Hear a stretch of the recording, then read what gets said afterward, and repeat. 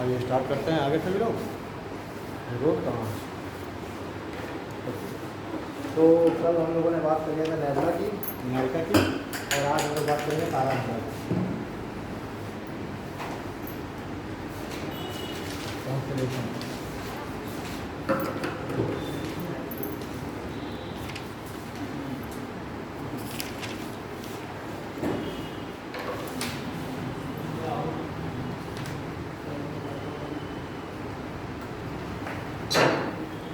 हम लोग कॉन्स्टेलेशन की बात करेंगे तो हम देखेंगे जो तारामंडल है उसमें हम देखेंगे कि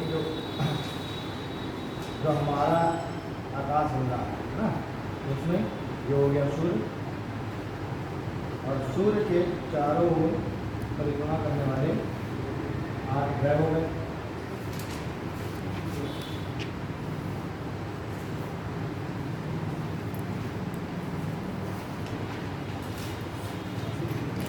ठीक है, ये हो गया हमारा सौर परिवार।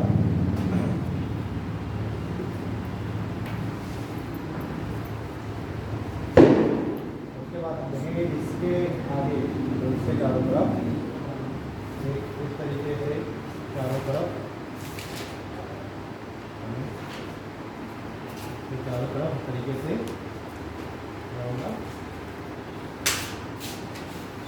कुछ खगोलीय क्षेत्र होंगे जिनको कहते हैं राशियाँ। 1 2 3 4 5 6 7 8 9 10 12 राशियाँ मिलेंगी। 3 3 6 7 8 9 10 राशियाँ, और इन राशियों के भी दूर इधर पर 27 हो जाएंगे नक्षत्र। 4 5 6 7 8 9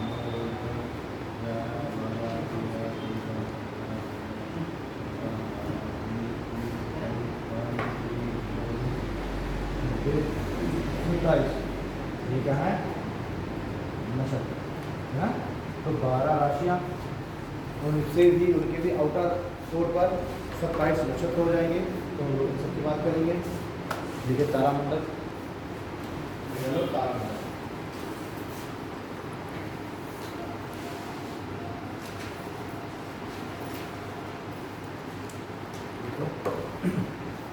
तारामंडल देखिए, यह तारों का एक समूह है। यह तारों का एक समूह है जिसमें ये तारों का एक समूह है जिसमें तारों की संख्या एवं आकृति। ये तारों का एक समूह है जिसमें तारों की संख्या एवं स्थिति, तारों की संख्या एवं आकृति, इसमें तारों की संख्या एवं आकृति का निश्चित ज्ञान होता है। ये तारों का एक समूह है जिसमें तारों की संख्या एवं आकृति का निश्चित ज्ञान होता है।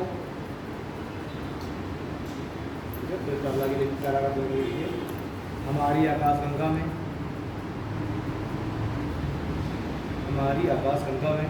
अब तक 88 तारामंडलों की पहचान हो चुकी है। हमारी आकाशगंगा में अब तक 88 तारामंडलों की पहचान हो चुकी है, जिसमें सप्तऋषि तारामंडल,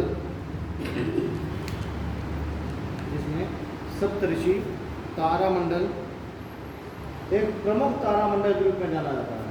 आकाश में देखते होंगे तो दादी नानी ऐसे बताती रही होगी सप्तऋषि तारामंडल, 7 तारों का एक ग्रुप दिखाई देता है ना।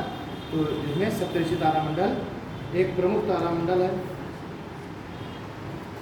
ठीक है, तो आगे लिखिए सबसे बड़े तारामंडल के रूप में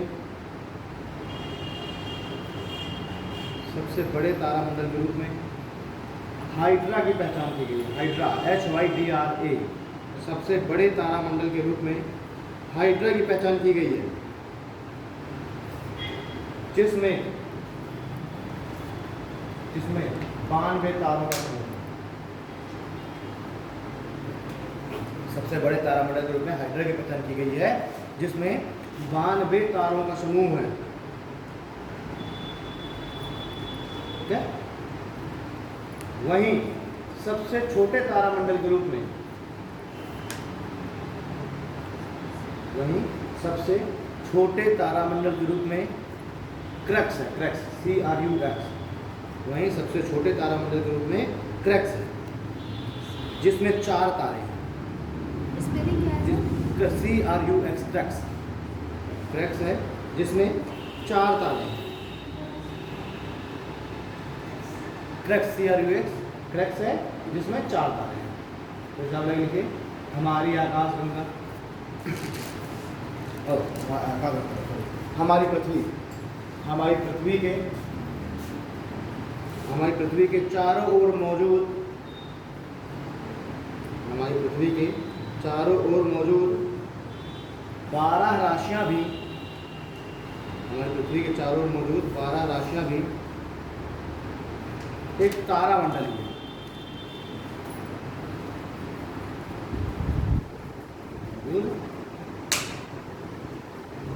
12 राशियां भी एक तारामंडल ही हैं। ठीक है। इसमें हम लोग देखते हैं 2 तारों का समूह बहुत प्रमुख है, इसमें 7 तारे और 8 तारे। ना 7 तारों का हम लोग देखते हैं।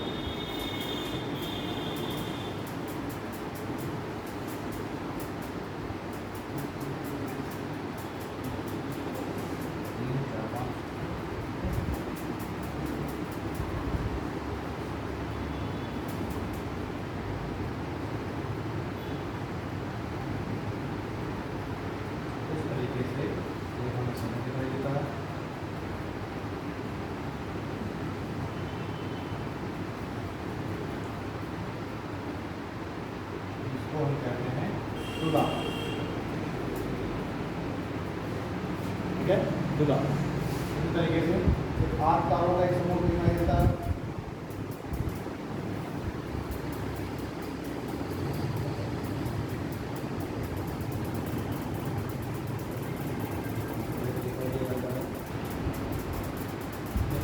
इसमें 8 तारे हैं और इसको हम लोग कह देते हैं मिथुन।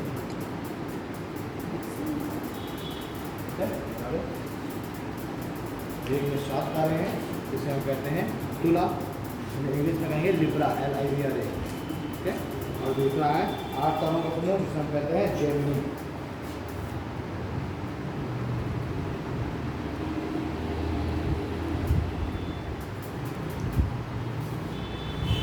है ना।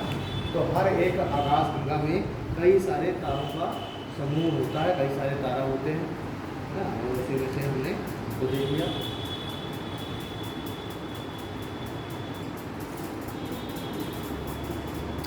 सबसे बड़ा जो तारामंडल है हमारे आकाशगंगा का, उसका क्या नाम है? हाइड्रा। और सबसे छोटा जो तारामंडल है उसका नाम क्या है? क्रक्स। ठीक है। और ये सप्तऋषि तारा है जिसको हम कहते हैं तुला, और ये 8 तारों का समूह जिसे हम कहते हैं मिथुन या जेमिनी। ठीक। अब हमें रेनरी नक्षत्र, हाइड्रा नक्षत्र। देखिए नक्षत्र, नक्षत्र।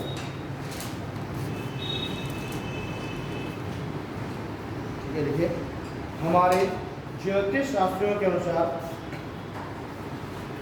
हमारे ज्योतिष शास्त्रियों के अनुसार नक्षत्र भी, हमारे ज्योतिष शास्त्रियों के अनुसार नक्षत्र भी एक तारामंडल ही है। नक्षत्र भी एक तारामंडल ही है, परंतु इसमें तारों की संख्या एवं आकृति, परंतु इसमें तारों की संख्या एवं आकृति का निश्चित ज्ञान नहीं है। परंतु इसमें तारों की संख्या एवं आकृति का निश्चित ज्ञान नहीं है। तो देखिए नक्षत्रों की अवस्थिति, नक्षत्रों की अवस्थिति राशियों से भी दूरस्थ है।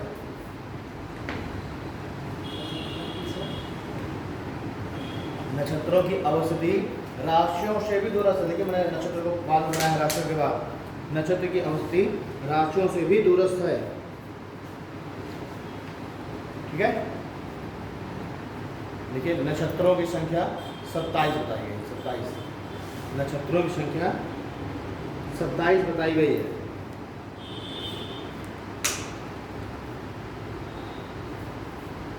ठीक है, तो राशियां होती हैं, राशियों से दूर नक्षत्र होते हैं। तो राशियों की संख्या कितनी है? 12 राशियां होती है ना, ठीक है, जिसमें से तुला राशि, मिथुन राशि, वृश्चिक हो गया, कन्या हो गया, है ना, ठीक है, कुंभ हो गया। तो ये ऐसे 12 राशियां हैं और नक्षत्र कितने हैं? 27।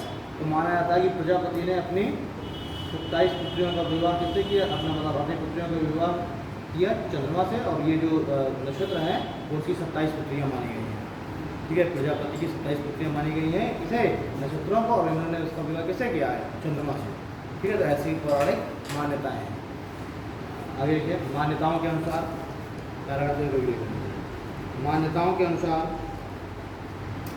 कुछ नक्षत्र मानव जीवन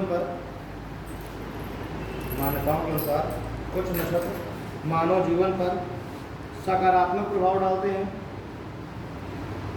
कुछ नक्षत्र मानव जीवन पर सकारात्मक प्रभाव डालते हैं एवं कुछ नकारात्मक प्रभाव डालते हैं।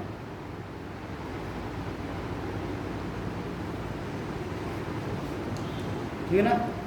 अब है लड़िए तारे, स्टार, तारा या स्टार।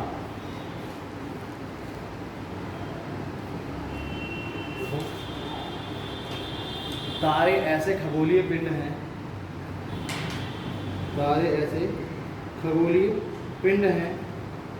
जिसमें हाइड्रोजन तथा हीलियम, तारे ऐसे खगोलीय पिंड हैं जिसमें हाइड्रोजन तथा हीलियम की प्रधानता होती है। हाइड्रोजन तथा हीलियम की प्रधानता होती है और उनमें स्वयं का प्रकाश एवं ऊर्जा मौजूद होती है। और उनमें स्वयं का प्रकाश एवं ऊर्जा मौजूद होती है।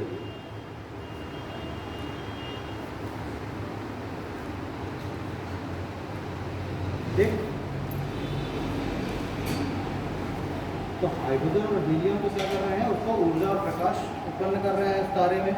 ठीक, आगे लिखिए, किसी भी तारे में हाइड्रोजन तथा हीलियम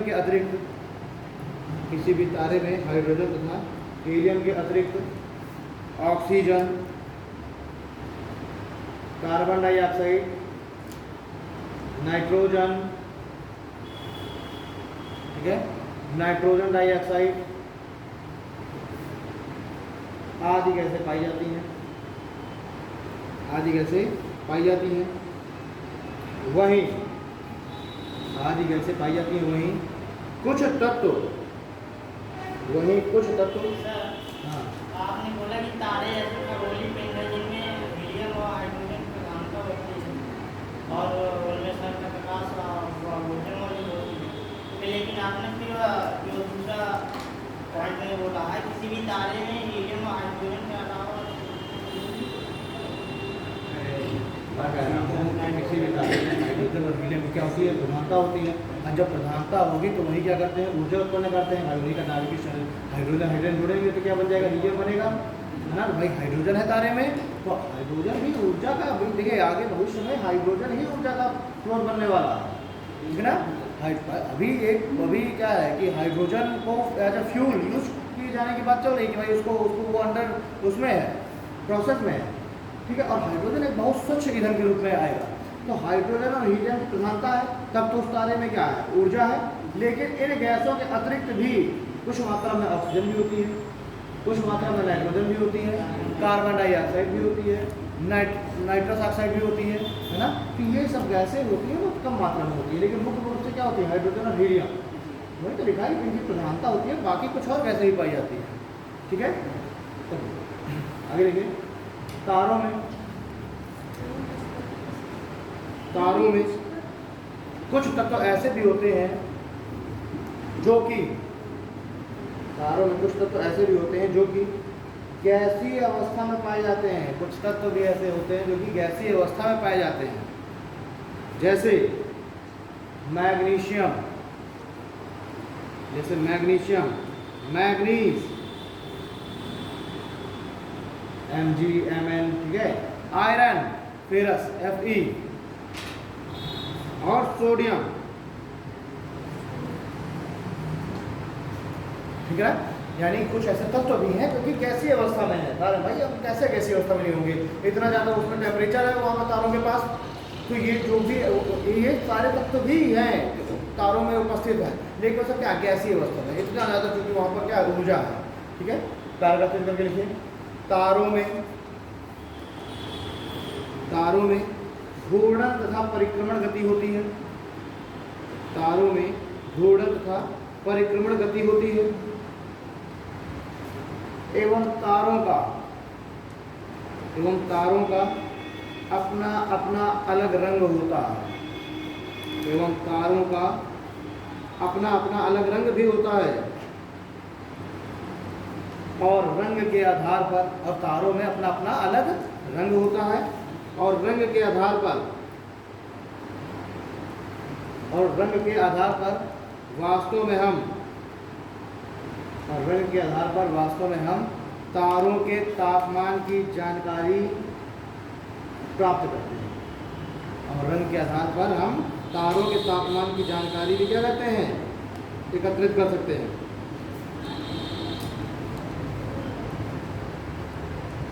है ना।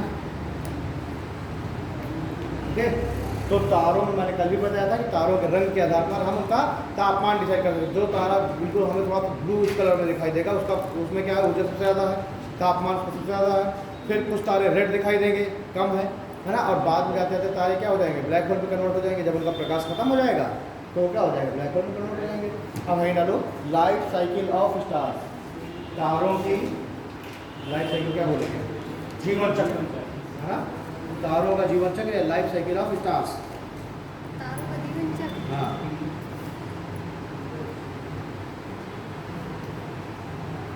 तारों का जीवन चक्र। देखिए तारों में तारों की उत्पत्ति अंतरिक्ष, तारों की उत्पत्ति अंतरिक्ष में मौजूद, तारों की उत्पत्ति अंतरिक्ष में मौजूद गैस, धूल कण, तारों की उत्पत्ति अंतरिक्ष में मौजूद गैस, धूल कण आदि के संयुक्त मेघ से होता है, संयुक्त मेघ से होता है, संयुक्त मेघ से होता है। और इसे ओल्ड क्लाउड, और इसे ओल्ड क्लाउड की संज्ञा दी जाती है। तारों की उत्पत्ति अंतरिक्ष में मौजूद गैस, धूल कण आदि के मेघ से होता है और इसे ओल्ड क्लाउड की संज्ञा दी जाती है। ओल्ड क्लाउड की संज्ञा दी जाती है। आगे लिखें, ओल्ड क्लाउड के निकट से, ओल्ड क्लाउड के निकट से यदि कोई तारा, ओल्ड क्लाउड के निकट से यदि कोई तारा गुजर जाए, हाँ, OLD, ओल्ड क्लाउड, ओ क्लाउड, अरे क्लाउड दोबारा बोल दे रहा हूँ, क्लाउड, ठीक है। ओल्ड क्लाउड, जैसे क्या होता है कि अंतरिक्ष में बहुत सारे धूल कण हैं, है ना, जलवाष्प है और ये सब बहुत सारी धातुएं हैं, है ना, गैसें हैं, ये सब मिलकर के एक मेघ नुमा आकृति, बादल नुमा आकृति बना ली ना। और बिल्कुल भाई यहाँ से तो हमको दिख रहा है ना, तारे बिल्कुल ठोस है, हमको तारे क्या दिख रहे हैं, बिल्कुल ठोस है, ठोस नहीं होते, वो एक कैसे होते हैं, मेघ नुमा होते हैं, बादल जैसे, क्योंकि इसमें ये सारे जो तत्व हैं, गैसें हैं, इन सब का क्या होता है, इन सब का संकेंद्रण होता है। तो ये क्या है, क्लाउड जैसी आकृति बना लेते हैं। और इसका ये बाहरी जो आउटर है, इसी को क्या बोलते हैं, इसी को बोल रहे हैं हम ओल्ड क्लाउड, ठीक। और मान लीजिए इस ओल्ड क्लाउड के निकट से कोई अन्य तारा है, छोटा तारा है, इसके निकट से यदि गुजर जाता है तो क्या होता है, ये भी इसके संपर्क में आ जाता है ना। तो यदि ओल्ड क्लाउड के निकट से कोई तारा गुजर जाए या फिर किसी अन्य तारे में या फिर किसी अन्य तारे में विस्फोट हो जाए तो उसमें कोई तारा गुजर जाए या किसी तारे में विस्फोट हो जाए तो उसमें ऊर्जा का संचार उसमें की जगह उससे लिखो तो उससे ऊर्जा का संचार ओर्ट क्लाउड में हो जाता है। तो उससे ऊर्जा का संचार ओर्ट क्लाउड में हो जाता है। ठीक है, तो उससे ऊर्जा का संचार ओर्ट क्लाउड में हो जाता है। और वह इन गैसों तथा कणों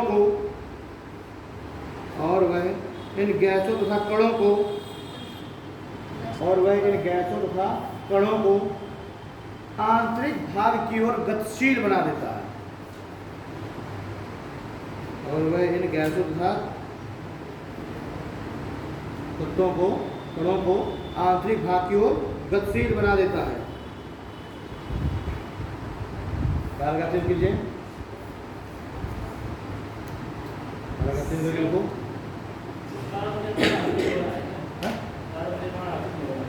और क्या, अगर नए तारे भाई पुराने खत्म हो जाते हैं, नए बनते जाते हैं। मान लीजिए सपोज क्या है कि ये किसी तारे का ओर्ट क्लाउड है बाहर वाला बारिश होता है, और इसके पास से कोई तारा गुजर जाए, है ना, तो इसकी जो ऊर्जा है इसमें चली जाएगी और ये क्या करेगा, इसको खींच लेगा। ठीक है ना, और इसके जो धूल का ये सारे जो इसमें पार्टिकल्स मौजूद है उन सबको क्या करेगा, अपने अंदर की ओर गतिशील करेगा। ठीक है ना, या फिर कोई अगर टूट जा रहा है तारा तो भी क्या हो जाएगा, इसके अंदर की ओर इसको गतिशील कर देगा। ठीक, यानी कि तारे एक दूसरे क्या कर रहे हैं, खींचते रहते हैं। तो जिसकी एनर्जी ज़्यादा हो क्या कर रहा है, कम एनर्जी वाले को खींच ले रहा है। ठीक, और इस तरीके से पुराने तारे नष्ट भी हो रहे हैं और नए नए तारों का जन्म भी हो रहा है। ठीक है, ओके, हाँ लिखिए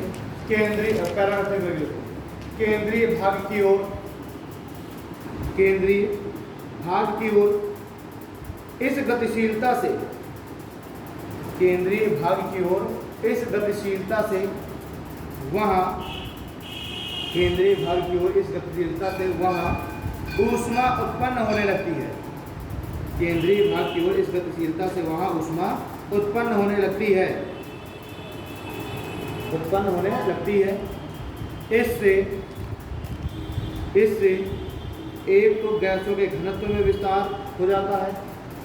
इससे एक तो गैसों के घनत्व में विस्तार हो जाता है।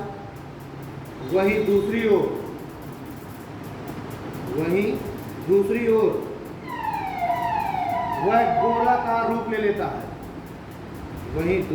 वह गोलाकार रूप ले लेता है। ठीक है, और इस प्रक्रिया के तहत उसमें घूर्णन उत्पन्न करता है, और इस प्रक्रिया के तहत उसमें घूर्णन भी प्रारंभ हो जाता है। और इस प्रक्रिया के तहत तारों में घूर्णन उत्पन्न हो जाता है। इस प्रक्रिया को, ये जो पूरी प्रक्रिया हुई तारों की, है ना, इसके केंद्र की ओर गतिशील होना, है ना, ऊर्जा का संचार होना, साथ ही साथ उसका क्या होगा, गोलाकार रूप हो जाना, इसी को कहते हैं प्रोटोस्टार। इस अवस्था को क्या कहते हैं, प्रोटोस्टार या आद्य तारा की अवस्था, आद्य तारा। ठीक है, प्रोटोस्टार यानी आद्य तारा। इस अवस्था को ही प्रोटोस्टार या आद्य तारा कहते हैं। ठीक है, देखिए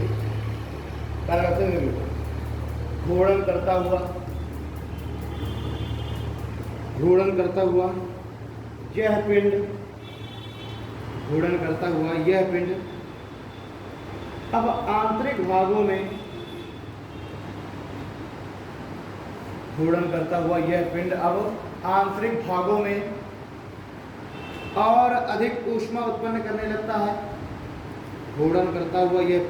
आंतरिक भागों में और अधिक ऊष्मा उत्पन्न करने लगता है। एवं अब और ऊष्मा उत्पन्न करने लगता है और अब ऊष्मा इतनी अधिक उत्पन्न हो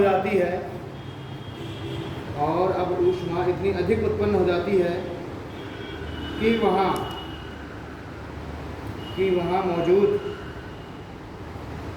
मौजूद हाइड्रोजन में आपसी संलयन होने लगता है। हाइड्रोजन का आपसी संलयन, हाइड्रोजन 1s2 मिलेंगे तो कुछ ना कुछ तो ऊर्जा होगी ना जिसकी वजह से वो संलयन हो रहा है, और इस कारण हाइड्रोजन में संलयन होने लगता है।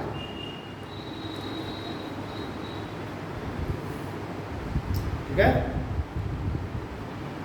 तो आप देख रहे हैं कि ऊष्मा किस तरीके से तारे में किस तरीके से ऊष्मा उत्पन्न हो रही है, और उसके आंतरिक भाग में अधिक ऊष्मा है, और जब आंतरिक भाग में अधिक ऊष्मा तो आंतरिक भागों में जो हाइड्रोजन है, जो गैस उपस्थित है, तो उस गैस का क्या होने लगा, संलयन होने लगा।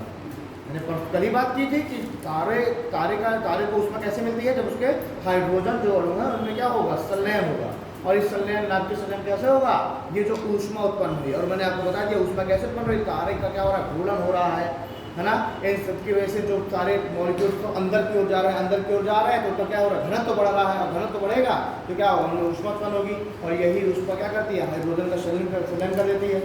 ठीक, और जब हाइड्रोजन का संलयन होगा तो तारे के आंतरिक भाग में क्या बनने लगेगा, हीलियम।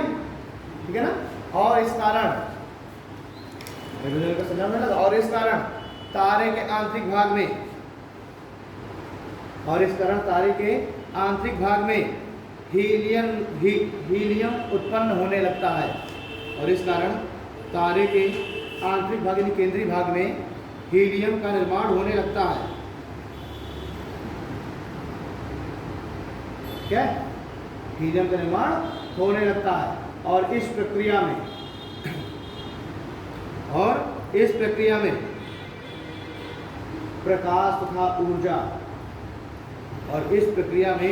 प्रकाश तथा ऊर्जा विमुक्त होने लगती है, और इस प्रक्रिया में प्रकाश एवं ऊर्जा विमुक्त होने लगती है। ठीक है, और वह पिंड एक पूर्ण तारे के रूप में, और यह पिंड अब एक पूर्ण तारे के रूप में परिवर्तित हो जाता है।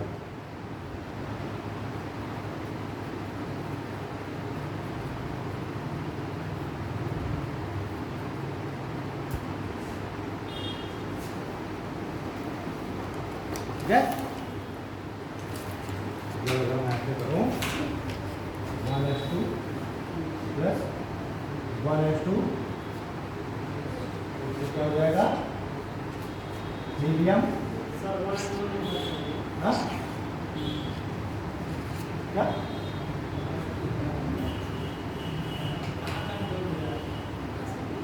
अरे फार्मूला तो लिख रहा हूँ मैं, क्या कह रहा हूँ, हाइड्रोजन जिसको अंदर उपस्थित है हाइड्रोजन का संलयन होगा, और संलयन पढ़ रहे हो,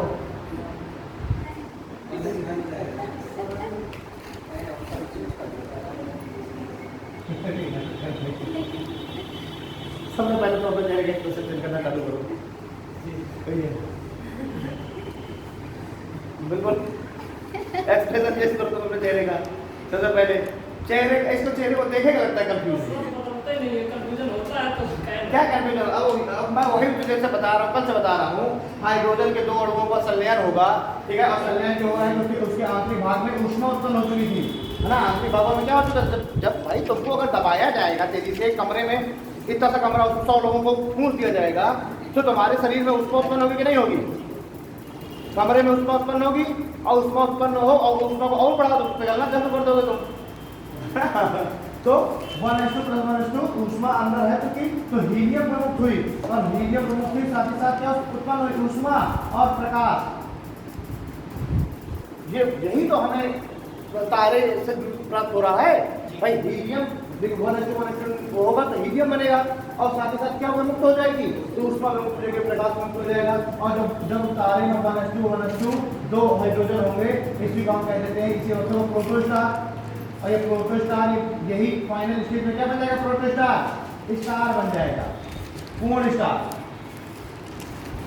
ये तो है ना, है ना। जब जब क्या होगा, 2 हाइड्रोजन होंगे तो वो भाई क्या हो गया, प्रोटॉन स्टार हो गया, ये तो मैंने बताया। और प्रोटॉन स्टार किसमें कन्वर्ट हो जाएगा, स्टार में कन्वर्ट हो जाएगा, और ये पूर्ण तारा बन गया। और जब पूर्ण तारा बन जाएगा तो ये क्या करने लगेगा, पूर्ण तारा ये हमको ऊष्मा भी देने लग जाएगा और प्रकाश भी देने लग जाएगा। सूर्य क्या है, सूर्य स्टार ही तो हो गया है। पहले सूर्य क्या रहा होगा, पहले सूर्य कभी प्रोटॉन स्टार रहा होगा, उससे भी पहले क्या रहा होगा, वो एक गैस का एक पूरा मेघ रहा होगा, गैसों का है ना, इन सब का क्या रहा होगा, एक मेघ रहा होगा। अब ये जो मेघ है ये क्या हो रहा है, ये घूम रहे हैं तेजी से। ज्यूम करो आप किसी, आप क्या बताऊं, वो बुढ़िया के बाद वाली मशीन देखे हो, उसको गोल घुमाते हैं ना, तो उसमें क्या हो रहा है, या फिर मैं कहता हूँ वॉशिंग मशीन को देख लो, वॉशिंग मशीन क्या हो रही है, घूम रही है, तो बीच में उसमें क्या हो जा रहा है, जो भी कचरा वचरा बीच में आ जा रहा है ना, ठीक है ना। तो ऐसे क्या, जब ये मेघ घूम रहे हैं तेजी से, तो जो इसके जो गैसें हैं, जो मॉलिक्यूल सब कहाँ की ओर जाएंगे, अंदर की ओर जाएंगे, ठीक है ना। इसको क्या बोलते हैं, अभिकेंद्रीय बल ना, है ना। तो अभिकेंद्रीय बल उत्पन्न हुआ, अंदर की ओर सारे चले गए, सारी की सारी गैसें और मॉलिक्यूल अंदर जब चले गए तो वहाँ घनत्व क्या है, बढ़ गया, और घनत्व बढ़ गया तो ऊष्मा उत्पन्न होने लगी, ठीक है ना। घनत्व बढ़ गया तो ऊष्मा उत्पन्न होने लगी, और यही जो ऊष्मा है इसने क्या कर दिया, इसी ने हाइड्रोजन के दोनों अणुओं में रिएक्शन करा दिया, क्रिया करा दी, और उससे क्या हो गया, संलयन हो गया। संलयन हो गया तो हीलियम उत्पन्न होने लगी और प्रकाश ऊर्जा उत्पन्न होने लगी। और जब प्रकाश होता तो वो जो तारा आप क्या दिखने लगे, तारा चमकदार दिखने लगेगा। भाई सूर्य तुम्हें क्या लग रहा है, सूर्य कोई ठोस पदार्थ है, सूर्य तुम चले जाओ, सूर्य पूरा गैस है, केवल एक मेघ के रूप में, सूर्य कोई सॉलिड नहीं है कि सूर्य भाई सॉलिड है। हाँ हाँ, नहीं नहीं नहीं, ये 1s2 का होता है, तब ये बनता है 2H2O, ठीक है ना। हाइड्रोजन के 3 समस्थानिक हैं, ठीक है, इसमें 1s2 का होता है, तब बनता है 2H4, ठीक है। तो अब ये क्या है, ये हो गया। पर अब इसको रिएक्शन लिखना और लिखो, सीधे लिखना चालू करो। देखिए लगभग 5 से 6 बिलियन वर्ष पूर्व, लगभग 5-6 बिलियन वर्ष पूर्व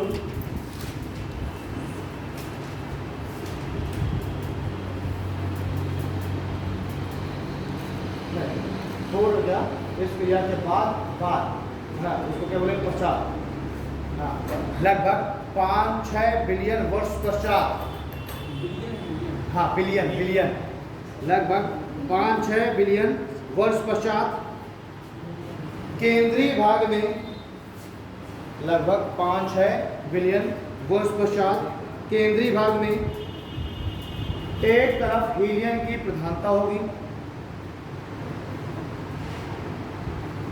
लगभग 5-6 बिलियन वर्ष पश्चात, जहां एक तरफ केंद्र में हीलियम की प्रधानता होगी, वहीं दूसरी तरफ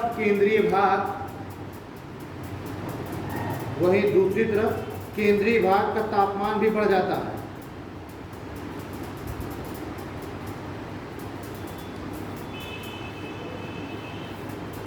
यानी कि ऐसा नहीं है कि स्टार आज बना, ये बिल्कुल नहीं कि स्टार आज बनाओ, आज से वो ऊर्जा देना चालू कर दिया, आज वो सूर्य बन गया। सूर्य भी अपने बनने के लगभग 5-6 बिलियन, 1 बिलियन मतलब जो अरब है उसको बोलते हैं बिलियन, ठीक है ना। मिलियन बोलते हैं 10 लाख को, 10 लाख होता है मिलियन और 1 अरब होता है बिलियन, है ना। तो 5 से 6 बिलियन वर्ष के पश्चात जो स्टार है वो अब देना चालू करेगा प्रकाश और ऊर्जा, तब वो बनेगा सूर्य। ऐसा नहीं कि आज ही बना और आज से वो बिल्कुल देना चालू कर दिया उसने। अभी क्या लगातार उसके अंदर हीलियम बनते जा रहे हैं, उसका तापमान बढ़ता जा रहा है। ये प्रक्रिया 5-6 बिलियन वर्ष तक चलेगी और तब जाकर के बिल्कुल क्या हो जाएगा, बिल्कुल रक्त तप्त हो जाएगा। तब जाकर के उसमें इतनी ज़्यादा ऊर्जा हो जाएगी कि अब वो दूर दूर तक अपनी ऊर्जा और प्रकाश को भेजने लगेगा, ठीक है ना। ओके, हाँ, पश्चात 5 से 6 बिलियन वर्ष पश्चात। अब लिखें तारे के केंद्रीय भाग में अब हीलियम क्रोड बनने लगते हैं। हीलियम क्रोड, तारे के केंद्रीय भाग में अब हीलियम क्रोड बनने लगते हैं और इसका रंग लाल हो जाता है। 5 से 6 बिलियन वर्ष के पश्चात तारे का रंग होता है, तारे के केंद्रीय भाग में हीलियम फ्लूइड बनने लगते हैं और इसका रंग लाल हो जाता है। और तारे की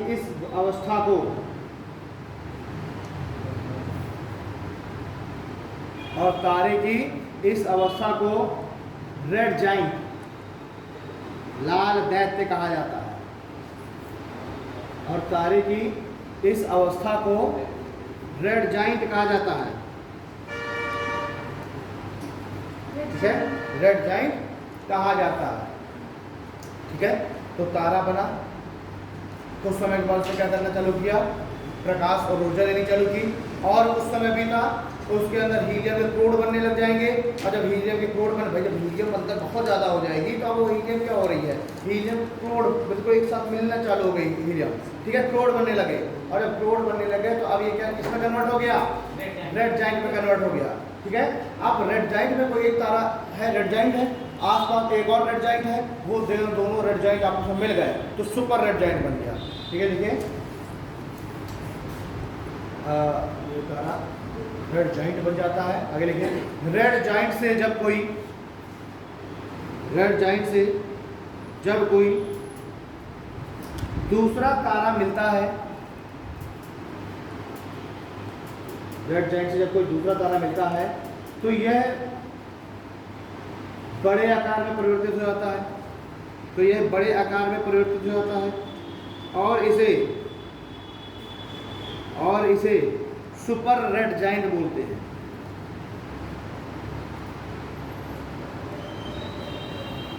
ठीक है, और वह सुपर रेड जाइंट में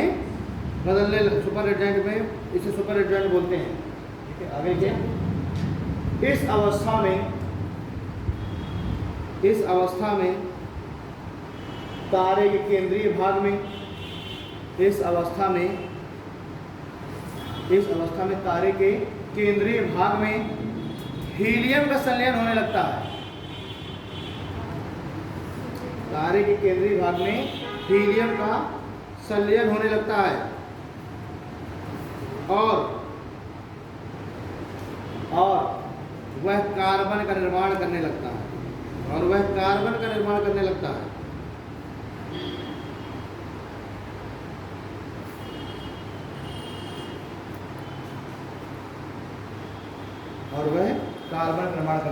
मतलब कि देखिए, तारे में अभी हाइड्रोजन का संलयन हुआ, हीलियम बना तो तारे में क्या हो रही है, एनर्जी आ रही है, प्रकाश उत्पन्न हो रहा है।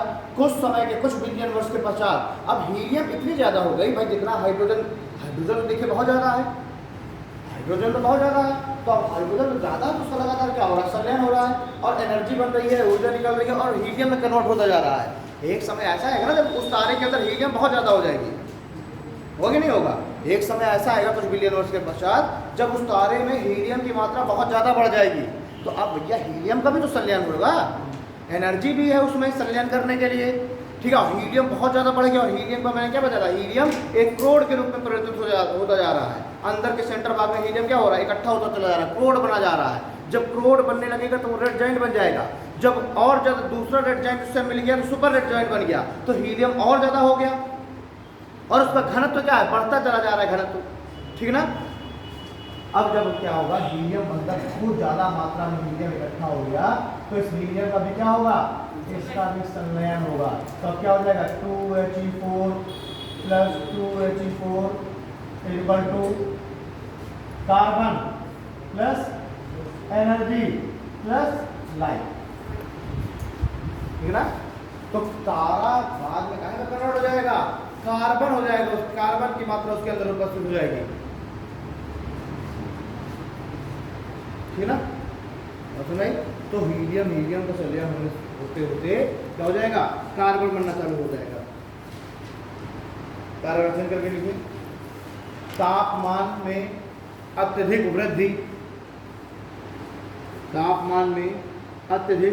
वृद्धि के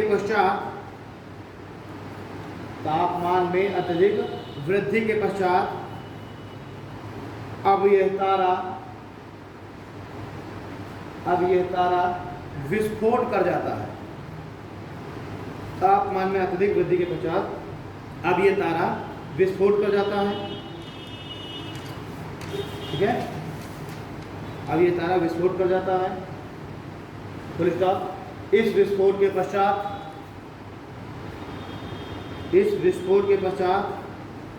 उसका चमकीलापन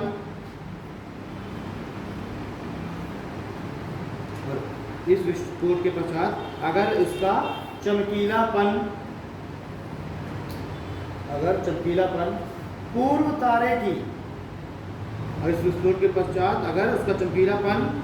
तारे की अपेक्षा 20 गुना से अधिक हो जाए, विस्फोट के पश्चात अगर उसका चमकीलापन पूर्व तारे से 20 गुना अधिक हो जाए तो उसे सुपरनोवा की स्थिति कहते हैं।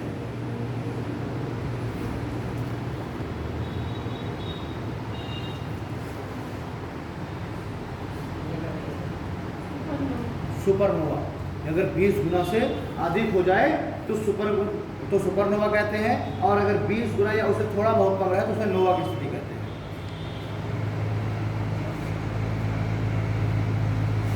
सुपरनोवा, एक तो सुपरनोवा और नोवा, ये दो इसमें कंडीशंस आ गए। जब तारा है, जब तारा में क्या है, प्रकाश हो रहा है, तारे में प्रकाश हो रहा है, ठीक है। ये स्थिति क्या है, तारे की पूर्व स्थिति है। भाई अब उसके तारे के अंदर इतना ज़्यादा तापमान बढ़ गया कि वो क्या हो जाएगा, वो एक बार विस्फोट कर जाएगा, और जब वो विस्फोट कर जाएगा तो उसका चमकीलापन यानी कि उसकी ल्यूमिनिसिटी भी क्या हो जाएगी, बढ़ जाएगी। और सोचिए ना कि भाई तारा विस्फोट करेगा तो और ज़्यादा उससे ऊर्जा उपलब्ध होगी ना, तो क्या हो जाएगा, और ज़्यादा चमक मारेगा वो, तो और ज़्यादा चमकीलापन उसमें ल्यूमिनिसिटी उसकी बढ़ जाएगी। और ये जो बढ़ी हुई ल्यूमिनिसिटी है अगर पिछली स्थिति से 20 गुना या उससे हल्का फुल्का कम रहे तो वो नोवा की कंडीशन है, और अगर 20 गुना से अधिक हो जाती है उसकी चमकीलापन तो सुपरनोवा की स्थिति हो जाती है, ठीक है। तो स्टॉप लगे लिखिए, टूटे हुए तारे के टुकड़े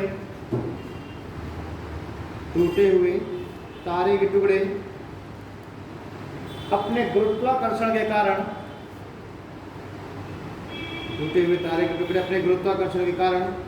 पुनः एकत्रित होने लगते हैं।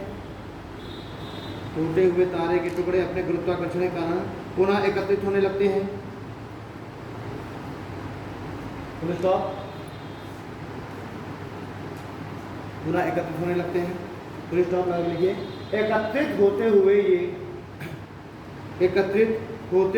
ये टुकड़े जब किसी छोटे तारे के एकत्रित होते हुए ये टुकड़े जब किसी छोटे तारे के रूप में होते हैं, तो उसे व्हाइट ड्वार्फ कहते हैं, श्वेत वाहन। तो उसे व्हाइट ड्वार्फ, जब किसी छोटे तारे के रूप में होते हैं तो उसे व्हाइट ड्वार्फ DWARF, इसे व्हाइट ड्वार्फ या श्वेत वाहन कहते हैं। और जब ये टुकड़े किसी बड़े तारे के रूप में होते हैं,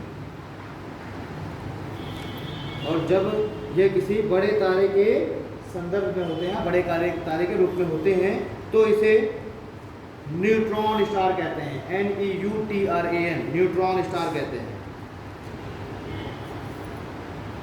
न्यूट्रॉन स्टार कहते हैं।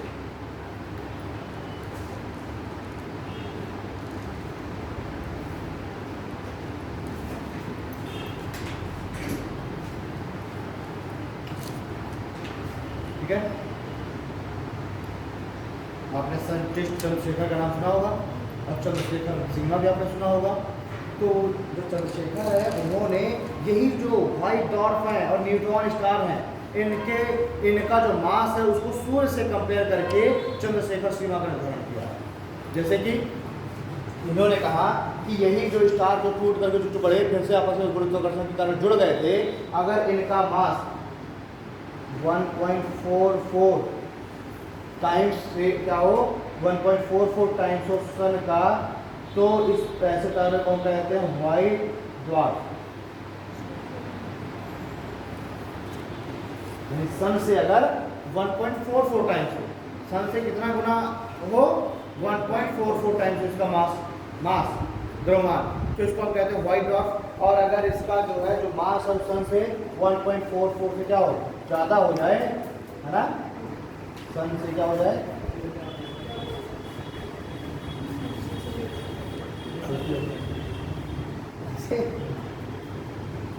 अरे यार मतलब सन के 1.44 से क्या हो जाए, ज़्यादा हो जाए, तो उसे क्या बोलेंगे, न्यूट्रॉन स्टार बोलेंगे।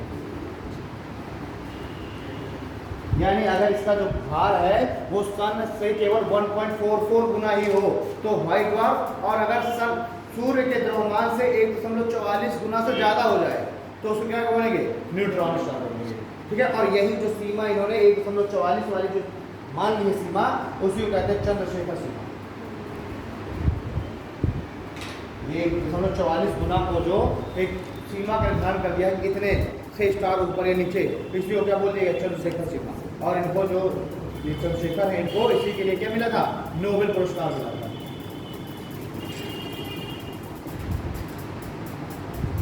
ठीक है, समझ में आई? तो ये क्या हो गया, व्हाइट ड्वार्फ और न्यूट्रॉन स्टार हो गया।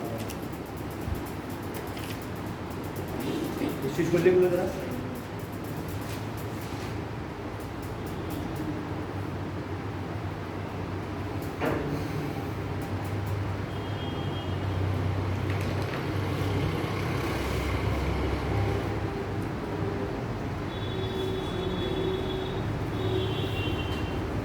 चंद्रशेखर ने बताया है कि जो स्टार सूर्य के द्रव्यमान से 1.44 गुना से अधिक, सूर्य के द्रव्यमान के 1.44 गुना से अधिक होगा, वो किसमें कन्वर्ट हो जाएगा, वही कन्वर्ट हो जाएगा ब्लैक होल में। वही किसमें कन्वर्ट होगा, ब्लैक होल।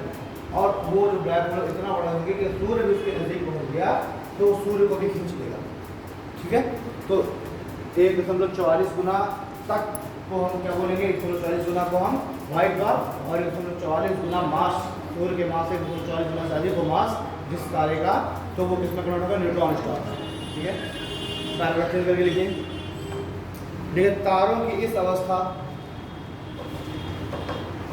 तारों की इस अवस्था के पश्चात, तारों की इस अवस्था के पश्चात इस संघनित हिस्से में, इस संघनित हिस्से में गुरुत्वाकर्षण बल, इस संघनित हिस्से में गुरुत्वाकर्षण बल अत्यधिक हो जाता है, गुरुत्वाकर्षण बल अत्यधिक हो जाता है, और वह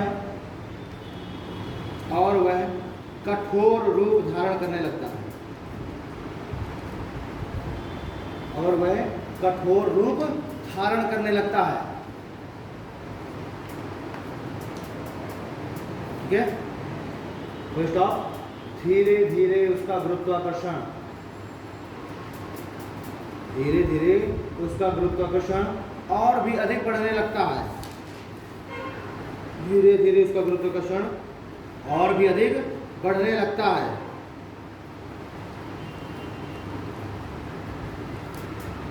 और भी अधिक बढ़ने लगता है, और इस बढ़ी गुरुत्वाकर्षण शक्ति के कारण, और इस बढ़ी गुरुत्वाकर्षण शक्ति के कारण अब वह प्रकाश को भी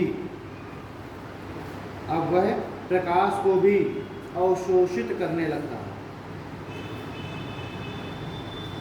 अब वह प्रकाश को भी अवशोषित करने लगता है। और तारे की इस अवस्था को ही ब्लैक होल कहते हैं, और तारे की इस अवस्था को ही ब्लैक होल कहते हैं, और यही तारे की अंतिम अवस्था है।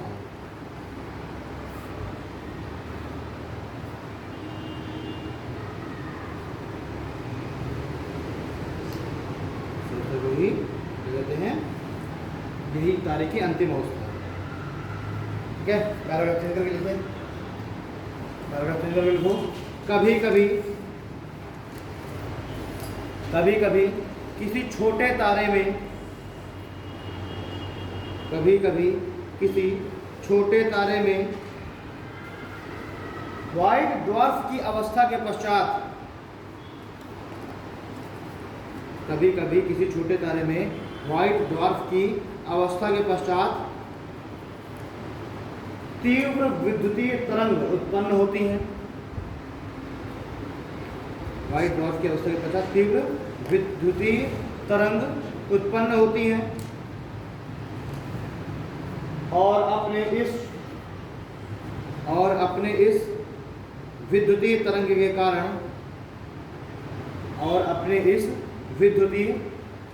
के कारण वह अंतरिक्ष में गतिशील हो जाता है। तो तारे की इस अवस्था को पल्सर कहते हैं। पल्सर, PULSER, पल्सर कहते हैं।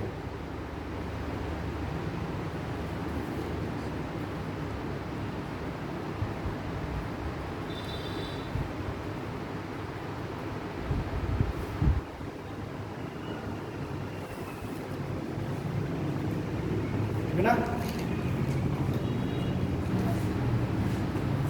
तारे का पूरा जीवन चक्र हमने देख लिया, उसके जन्म से लेकर के उसके मृत्यु तक कौन कौन सी अवस्थाएं हैं, सारी अवस्थाओं को एक बार अगर हम यहाँ पर ड्रॉ कर लेते हैं तो उसको बिल्कुल बना लेना। तारे की सबसे पहली अवस्था क्या होती है, बताते जाओ।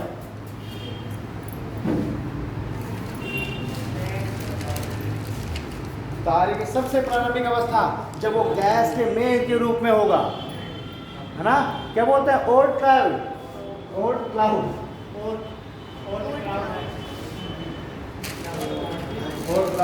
यानी कि ये क्या होगा, ये ऐसे बादलों के रूप में है ना। इसका घनत्व भी क्या होगा, कम होगा, है ना। घनत्व भी क्या है, घनत्व भी काफी कम है। अब ये अवस्था है ओल्ड क्लाउड। ओल्ड क्लाउड के बाद अगली अवस्था कौन सी होगी, प्रोटोस्टार। इस अवस्था में क्या हो रहा है, इसका घनत्व तो बढ़ रहा है ना। इस अवस्था में ये जो घनत्व है क्या हो रहा है, ये बढ़ रहा है। ठीक है, क्योंकि ये सारी जो गैसें ऐसे हैं ये अंदर की ओर गतिशील होती चली जा रही है, प्रोटोस्टार। और इसी प्रोटोस्टार की अवस्था में क्या हो रहा है, हाइड्रोजन का संलयन हो रहा है ना। ठीक है, प्रोटोस्टार बना आदि तारा, यानी तारे से जस्ट पहले की अवस्था। हम प्रोटो हिस्ट्री नहीं पढ़ते हैं, हिस्ट्री को हम क्या बोल देते हैं, प्रोटो हिस्ट्री। ठीक है, तो पहले तो ओल्ड क्लाउड बना, ओल्ड क्लाउड के बाद बना प्रोटोस्टार। प्रोटोस्टार के बाद हमने देखा कि ये जो है, जो अंदर ऊर्जा उत्पन्न होने लगी, मतलब हीलियम जब कन्वर्ट होने लगा, तो हीलियम से अब क्या विभक्त हो रहा है, दोनों के संलयन से ऊर्जा और एनर्जी। तो अब क्या बन गया, स्टार बन गया।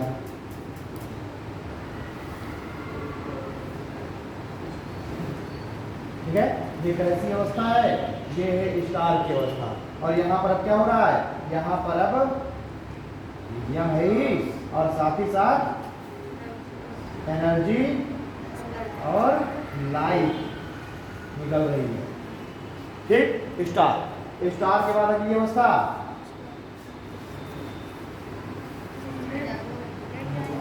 है रेड जाइंट। ठीक है, स्टार के बाद अगली अवस्था किसकी हो गई, रेड जाइंट की। क्यों, क्योंकि इसके अंदर हीलियम अब स्टार के अंदर बहुत ज्यादा हो चुके हैं। तो अब जो है हीलियम का क्या बन रहा है, हीलियम क्रोड बन रहा है। हीलियम का क्या बनने लगा, क्रोड बनने लगा। हीलियम एक जगह इकट्ठा होने लग गए थे, हीलियम का क्रोड बनने लगा। तो इसका आकार, इसका जो कलर है वो कैसा होने लगा, रेड कलर का। ठीक है, तो स्टार बना। स्टार के बाद लगभग 5 से 6 बिलियन ईयर के बाद, 5 से 6 आफ्टर 5 to 6 बिलियन ईयर क्या होने लगा, इसमें क्रोड बनने लगा था हीलियम का। तो इसका कलर कैसा हो गया, रेड कलर का। ठीक, रेड जाइंट बन गया। अभी हमारा जो सूर्य है इस अवस्था में कुछ समय के बाद रेड जाइंट बन जाएगा, कुछ बिलियन वर्ष के बाद। ठीक है, अब रेड जाइंट के बाद नोवा या सुपरनोवा। आकार में छोटा है तो नोवा, बड़ा है तो सुपरनोवा। ठीक है, नोवा या सुपरनोवा हो गया। और नोवा और सुपरनोवा की अवस्था कैसी होती है, जब ये रेड जाइंट में क्या हो रहा है, विस्फोट हो रहा है ना, तो अधिक अगर कम चमकीला है तो नोवा, अधिक चमकीला है सुपरनोवा। ठीक है, यानी कि एक तरीके से मैं कह दूं कि जो हीलियम है, इन हीलियम का यहाँ पर हो रहा था ना संलयन, और क्या कन्वर्ट हो जा रहा था, कार्बन और प्लस लाइट और प्लस एनर्जी। ठीक, तो यहाँ पर रेड जाइंट बन गया था, लाल रेड, नोवा या सुपरनोवा, विस्फोट हुआ है, चमक उत्पन्न हुई है। ठीक है, और 20 गुना तक चमक है तो नोवा, और 20 गुना से अधिक चमक है इसके कंपेरिजन में तो सुपरनोवा। ठीक है, नोवा या सुपरनोवा के बाद अगली स्थिति कौन सी आई, व्हाइट डॉर्फ की, है ना। अगली अवस्था किसकी आ गई, व्हाइट डॉर्फ। ये टूटे थे इसके टुकड़े, यहाँ पर नोवा सुपरनोवा में क्या है, टूट है गया था तारा, और टूट गया था तो भाई टूटने से चमक उत्पन्न हुई तेजी से, है ना। और जब चमक उत्पन्न हुई तो टुकड़े अलग अलग बिखर गए। अब उन टुकड़ों में क्या है, गुरुत्वाकर्षण बल है, उन टुकड़ों ने आपस में एक दूसरे को क्या कर लिया, जोड़ दिया, फिर से गुरुत्वाकर्षण के बल की वजह से वो सब टुकड़े आपस में जुड़ गए। और जब टुकड़े जुड़ गए तो जो टुकड़े साइज में छोटे हैं, यानी कि सन के मास के क्या है, 1.44 गुना है, सन के मास के 1.44 टाइम्स तक है, तो बन गए ड्वार्फ। और जो सन के मास के 1.44 टाइम्स से ज्यादा है तो क्या बन गए, न्यूट्रॉन स्टार। तो अगली अवस्था व्हाइट ड्वार्फ की या फिर न्यूट्रॉन स्टार की अगली अवस्था। ठीक है, अब न्यूट्रॉन स्टार के बाद अवस्था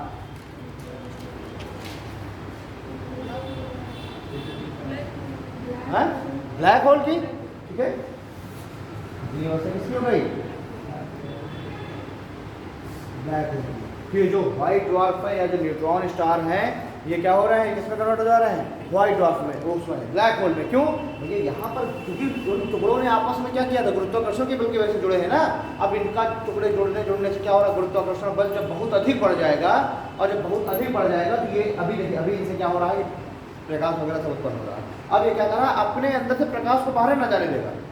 यहाँ पर गुरुत्वाकर्षण कम है तो जो प्रकाश है वो इसके गुरुत्वाकर्षण से बाहर निकल के चला आ रहा है, तो हमारे पास तक आ रहा है। ठीक, लेकिन जब ये कन्वर्ट हो जाएगा ब्लैक होल में, यानी कि इसका जो ग्रेविटेशनल फोर्स है वो बहुत ज़्यादा बढ़ जाएगा कि वो अपने अंदर से निकलने वाले प्रकाश को भी बाहर ना जाने देगा। जो प्रकाश निकल रहा है उसको भी क्या कर लेगा, खींच ले रहा है अंदर, और जब अंदर खींच लेगा तो हमको दिखाई देगा क्या, वो सूर्य तो हमें तभी दिखाई दे रहा है ना जब वो अपने प्रकाश को विमुक्त कर रहा है, ऊर्जा विमुक्त करता है, सूर्य दिखाई दे रहा है। यही सूर्य अगर अपने पूरे सारे प्रकाश को, ऊर्जा को क्या करे, अपने अंदर ही समेट ले, खींच ले, तो हमको सूर्य दिखाई देगा, नहीं दिखाई देगा, है ना। तो जब जो क्या होगा, ग्रेविटेशनल फोर्स, जब ग्रेविटी बहुत ज़्यादा बढ़ जाए, जब ग्रेविटेशनल फोर्स बहुत ज़्यादा बढ़ जाएगा, गुरुत्वाकर्षण अत्यधिक हो जाएगा, तो ये अपने अंदर से प्रकाश को, ऊर्जा को बाहर जाने ही नहीं देगा, अपने अंदर ही खींच लेगा। तो काहे में कन्वर्ट हो गया, ब्लैक होल। तो ब्लैक होल का ग्रेविटेशनल फोर्स इतना अधिक होता है कि इसके आसपास से कोई भी क्षुद्र ग्रह, कोई भी ग्रह, कोई भी तारा, कोई भी आकाशीय पिंड, खगोलीय पिंड इसके अगर नजदीक से गुजर जाए, इसके ग्रेविटेशनल फोर्स के, उसके ग्रेविटेशनल फोर्स का जो उसकी रेंज है, उससे अगर उसमें अगर पहुंच जाए गलती से कोई भी खगोलीय पिंड, तो क्या करेगा, उसको पड़े खींच लेगा, अपने अंदर संभालेगा। ठीक है ना। ब्लैक होल किसकी होगी, और ये ब्लैक होल क्या, तारे की अंतिम अवस्था है। तारा यानी कि एक तरीके से तारा क्या हो चुका है, ये डेड हो चुका है। भाई तारा अगर कुछ दे नहीं रहा, मान लीजिए पेड़ अगर कुछ देना बंद कर दे, फल फूल, तो क्या हो जाएगा, डेड तो हो गया बिल्कुल, कुछ जब हमको आउटपुट नहीं दे रहा है, तो यहाँ पर हमको ऊर्जा कुछ मिल नहीं रही, पूरा सब कुछ घसीटता चला जा रहा है सब चीज़ को, यानी कि डेड हो चुका है, ब्लैक होल बन चुका है। वही मैंने कहा था कि जब व्हाइट ड्वार्फ क्या हो, कभी कभी व्हाइट ड्वार्फ की भी एनर्जी बढ़ जाती है ना, और एनर्जी बढ़ जाती है तो इसमें क्या उत्पन्न हो जाती हैं, विद्युतीय तरंगें उत्पन्न हो जाती हैं, इलेक्ट्रोमैग्नेटिक वेव्स उत्पन्न हो जाती हैं, है ना। और जब इलेक्ट्रोमैग्नेटिक वेव उत्पन्न हो जाएगी, विद्युत तरंगें, तो ये क्या हो जाएगा, व्हाइट ड्वार्फ जो है गतिशील हो जाएगा।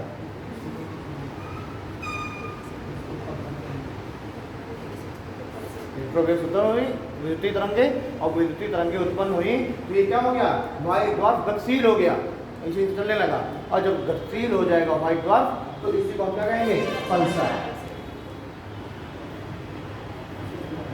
पल्सर बाइक का नाम इसी तो ले लिया गया। जैसे तारा गतिशील हो जाता है ऊर्जा पाके, वैसे ही क्या है कि उसका भी नाम ऐसा रखा गया कि वो भी बड़ी तेज बनती है, घसीट, है ना। तो हो गया, आपने तारे का पूरा क्या समझ लिया, पूरा इसका लाइफ साइकिल, पूरा इसका जीवन चक्र हमने तारे का समझ रखा है। 1 मिनट का अभ्यास करो।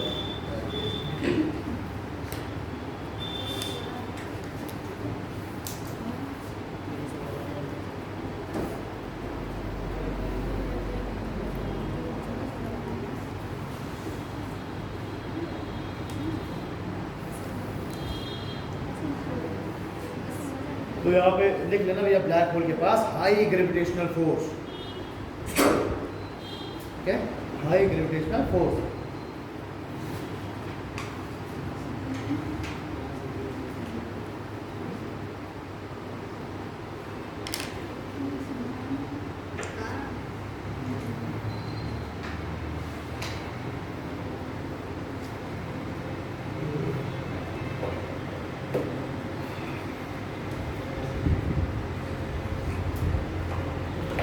तो आपके तारा कंप्लीट हो गया। अब तारे के बाद चलते हैं हम लोग, तारा मतलब आपका सन कंप्लीट, है ना। अब चलते हैं मून की ओर।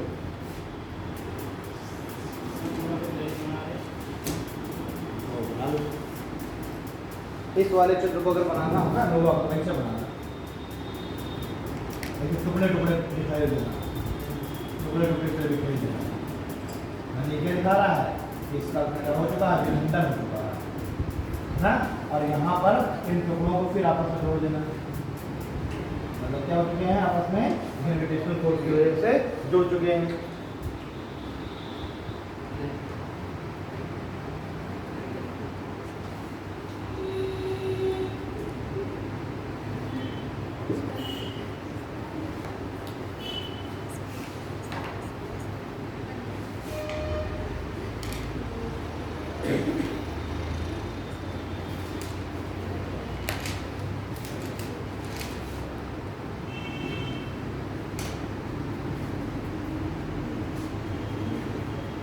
यहाँ पर क्या हो जाएगा, हाई ग्रेविटेशनल फोर्स।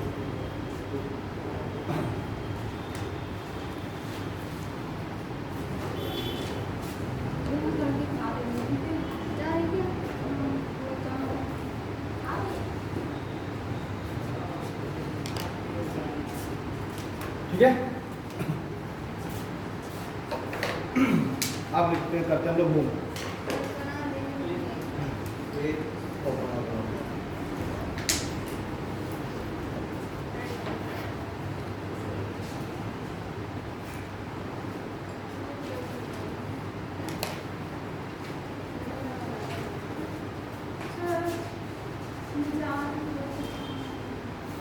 जाने वाले को किसने बताया, तो जरूरत पाया, हाँ जरूरत पाया बहुत है।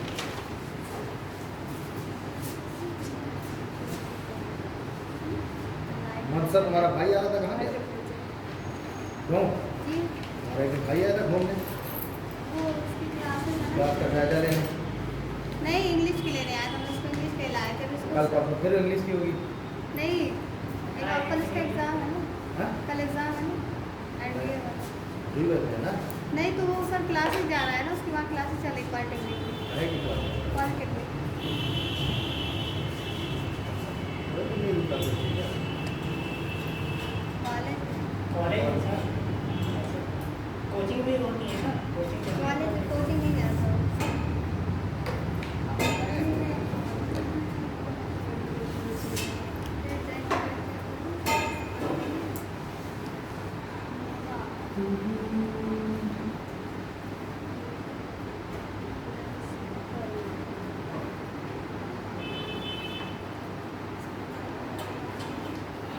बहुत देर बनाया है पूरा, हमने लाइफ स्पैन अपने तारे का देख लिया है, इसके जन्म से लेकर इसके मरण तक।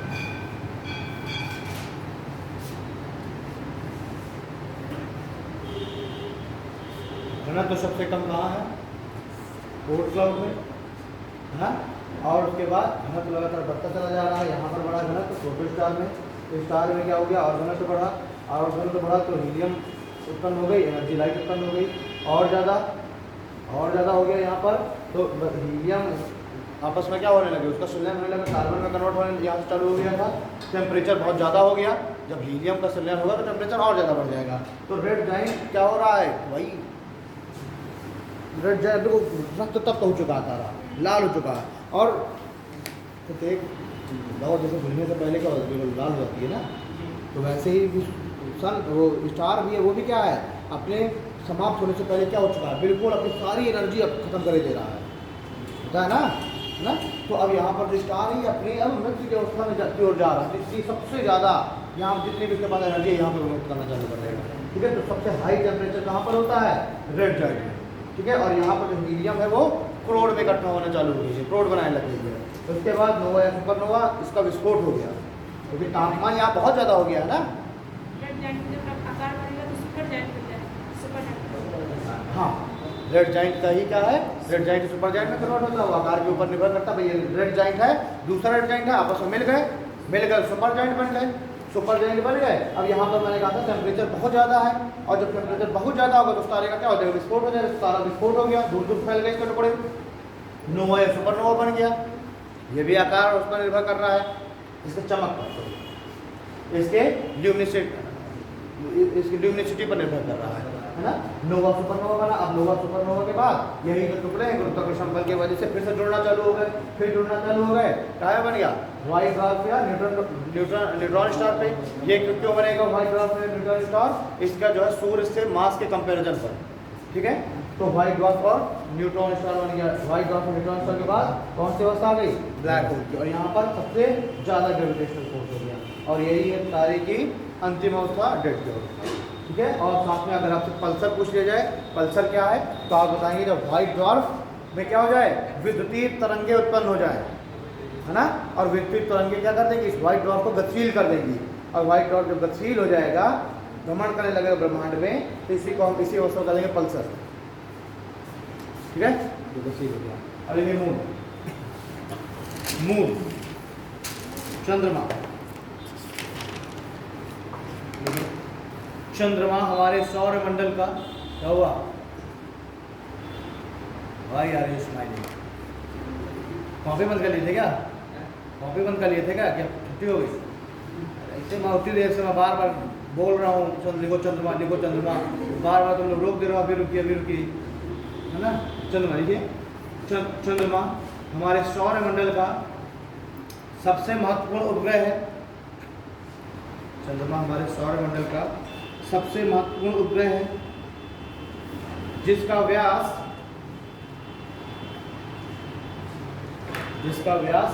3475 किलोमीटर होता है, मतलब है, जिसका व्यास 3475 किलोमीटर।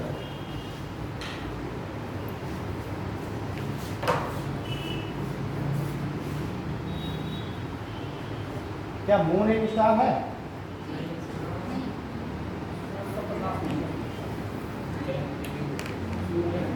विनोद, चंद्रमा भी क्या एक मून स्टार है, उसको बोलने दो, उसको मौका दो, है ग्रह है।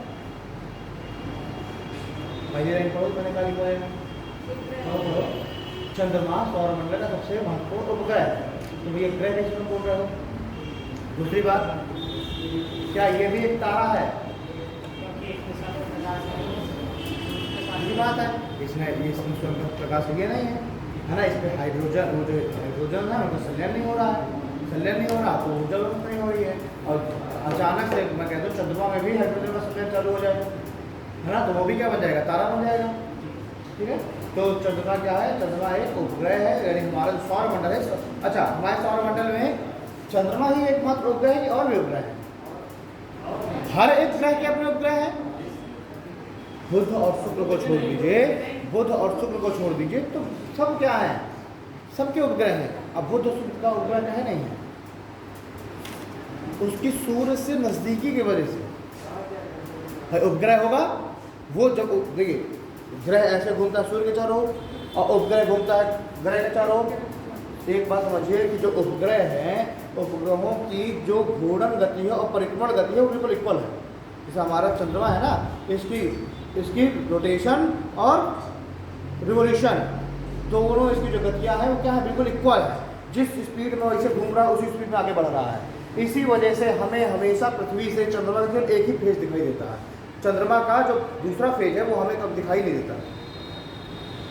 ऐसा नहीं कि चंद्रमा घूम करके पृथ्वी जब यहाँ आ गया दूसरा फेज हो गया, दूसरा फेज दिखना चालू हो गया, नहीं, क्योंकि चंद्रमा का घूर्णन गति और परिक्रमण गति दोनों क्या है, इक्वल है। ऐसे पृथ्वी तो घूम रही है, तो इस तरीके से पृथ्वी घूम रही है, इस तरीके से चंद्रमा घूम रहा है, तो हमेशा जो चंद्रमा का केवल एक ही हिस्सा हमको हमेशा दिखाई देता है, दूसरा हिस्सा हमने नहीं देखा कभी। और जब हमने दूसरा हिस्सा नहीं देखा तो उसी को देखने के लिए तो हम लोग भेज रहे थे प्रोब रोवर वगैरह सब, है ना। तो उस वाले जो भेजा गया था हमारा जो चंद्रयान 2 जो भेजा गया, चंद्रयान 2 इसलिए तो मिशन भेजा गया था, प्रोब रोवर ये सब जो है जो उसमें उतारे गए थे, इसलिए क्योंकि हम हमेशा चंद्रमा का एक फेज हम देख पा रहे हैं। चंद्रमा का जो दूसरा हिस्सा है, आधा भाग, ये कभी हम देख ही नहीं पाते। जैसे ये अर्थ और ये है सन, है ना, और ये क्या है, ये है चंद्रमा मून। तो ये क्या हो रहा है, ये भी ऐसे रोटेट कर रही है सूर्य के चारों ओर के लिए, और ये रोटेट कर रहा है पृथ्वी की चारों ओर, यानी कि इसका जो कक्षा होगी ये होगी, इसकी कक्षा ये है ना। और जो अर्थ है, अर्थ की कक्षा क्या होगी, अर्थ की कक्षा ये होगी, ठीक। तो अर्थ घूम रही है ऐसे, और जो चंद्रमा है कैसे घूम रही है, अर्थ के चारों घूम रहा है। अर्थ जब यहाँ होगी तो चंद्रमा भी यहाँ होगा, ठीक। तो चंद्रमा का हमेशा केवल एक ही हिस्सा, चंद्रमा का जो ये वाला हिस्सा है, इतना हिस्सा जब यहाँ पर होगी पृथ्वी तो चंद्रमा से घूम चुका होगा, तो भी यहाँ से केवल यही वाला हिस्सा दिखाई देगा, ये, ठीक है। जब यहाँ होगी पृथ्वी तो भी चंद्रमा केवल ये वाला हिस्सा दिखाई देगा, और जब पृथ्वी यहाँ पर होगी तब भी चंद्रमा का केवल ये वाला हिस्सा दिखाई देगा। तो चंद्रमा का हमेशा एक ही फेज दिखाई देता है।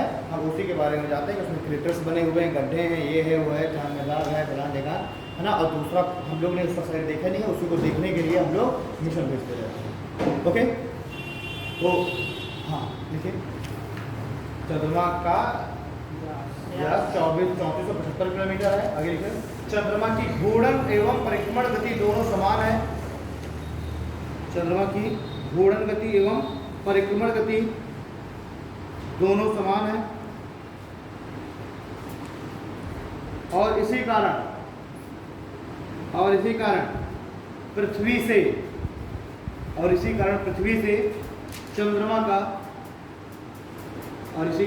से चंद्रमा का एक ही भाग दिखाई पड़ता है, और इसी कारण चंद्रमा का पृथ्वी से एक ही भाग दिखाई पड़ता है। नोट डाल के लिखो, नोट, चंद्रमा के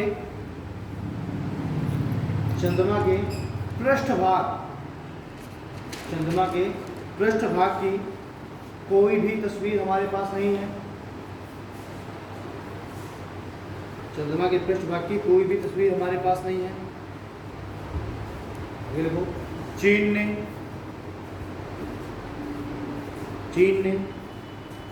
2020 में उसके पृष्ठभाग पर मिशन भेजने की योजना बनाई।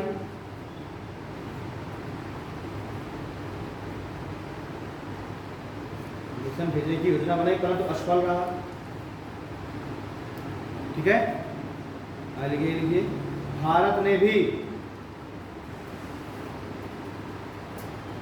2021 में ना, भारत ने भी 2021 में मिशन भेजा, वो भी असफल रहा, माउंट 2 करके, चंद्रयान 2 करके, ठीक। भारत ने भी इस पर एक मिशन भेजा, लेकिन वो भी क्या हुआ, असफल रहा। तो चंद्रमा के पास जान पहुंच चुका था, मिशन है, बस वो क्या हुआ, लैंडिंग के वक्त सबसे टिपिकल होता है लैंडिंग करना।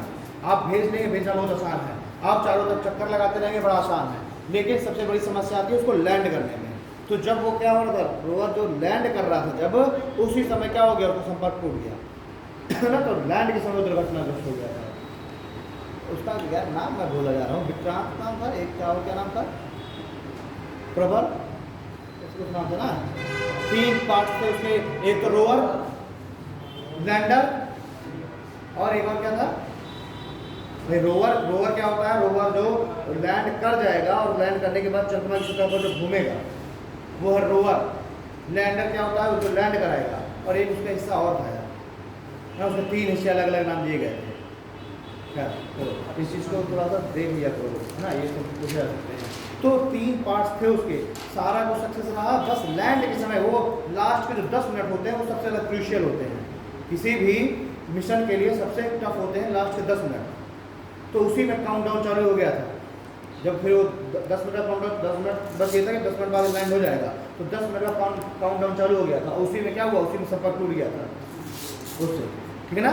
तो भारत ने भी उसके नाक पर फोटो खींचने के लिए भेजा, वो भी असफल रहा। चाइना का भी असफल रहा, अभी तक किसी का भी सफल नहीं हुआ है, ठीक है। भारत सबसे नज़दीक तक भारत ही पहुँचा है, चाइना तो इससे भी पहले ही नष्ट हो गया चाइना का। ठीक, आगे देखिए, चंद्रमा अपने अक्ष पर 5 डिग्री झुका है। चंद्रमा इसी नोट इतना हो गया ना, पैराग्राफ हो गया आपको लिखना। चंद्रमा अपने अक्ष पर लगभग 5 डिग्री झुका है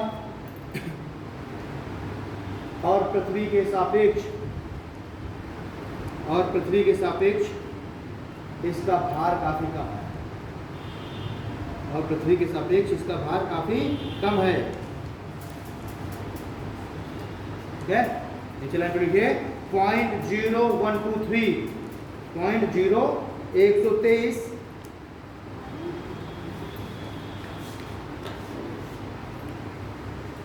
मतलब कि कहने का मतलब है मेरे कि जो चंद्रमा का भार है वो पृथ्वी के भार से कितना 0.0123 है ना, यानी कि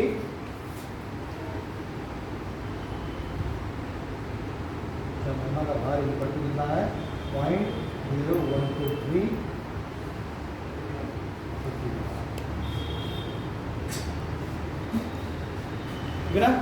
पृथ्वी से 0.0123 है। अगर देखिए चंद्रमा का घनत्व भी पृथ्वी से काफी कम है।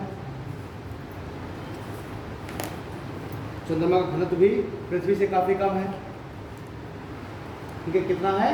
3.3 ग्राम पर सेंटीमीटर, मतलब सीसी सेंटीमीटर क्यूब, 3.3 ग्राम पर सेंटीमीटर क्यूब, ठीक है। जबकि पृथ्वी का घनत्व कितना है? 5.5 माना जाता है ना, 5.5।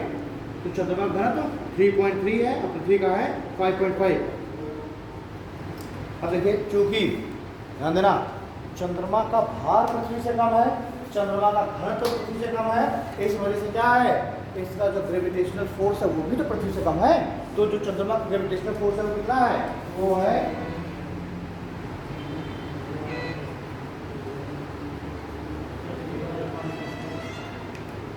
अर्थ के घनत्व का 1/6। चंद्रमा का घनत्व कितना है? अर्थ के घनत्व से 1/6। अब ये बताओ कि हम पृथ्वी पर ऐसे नीचे पड़े हुए हैं, या फिर अगर हम ऊपर जाएं और नीचे हम चले आ रहे हैं, भाई पत्थर फेंके, पत्थर नीचे आ गया, क्यों? पृथ्वी के ग्रेविटेशनल फोर्स की वजह से। पृथ्वी का जो ग्रेविटेशनल फोर्स है ये हमको नहीं जाने दे रहा है ऊपर, ये हमको रोके हुए है। और वहीं हम क्या करें, अगर हम इतनी स्पीड से हम किसी चीज़ को फेंक दें ना, और स्पीड कितनी मानी गई है? 11.2 किलोमीटर पर सेकेंड ना, 11.2 किलोमीटर प्रति सेकेंड की स्पीड से अगर हम किसी चीज़ को ऊपर फेंक दें तो वो क्या करेगा? वो पृथ्वी के ग्रेविटेशनल फोर्स को क्रॉस कर जाएगा और वो फिर निकल जाएगा, फिर पृथ्वी का ग्रेविटेशनल फोर्स को नहीं वापस खींच पाएगा, ठीक है। तो फिर पृथ्वी का ग्रेविटेशनल फोर्स हमको खींचे। लेकिन वहीं अगर हम चंद्रमा पर जाते हैं तो हम वहीं से उड़ते रहते हैं, क्यों? क्योंकि चंद्रमा का ग्रेविटेशनल फोर्स कम है। और हम क्या करें, हम ऊपर की ओर जाएंगे, वो ग्रेविटेशनल फोर्स हमको खींचे नहीं पाएगा। हम अगर किसी पत्थर को उसे चिपका दे तो ऊपर चला जाएगा पत्थर, नीचे नहीं आएगा, क्यों? क्योंकि चंद्रमा का ग्रेविटेशनल फोर्स बहुत कम है, 1 के पृथ्वी से केवल 1/6 है, ठीक है ना।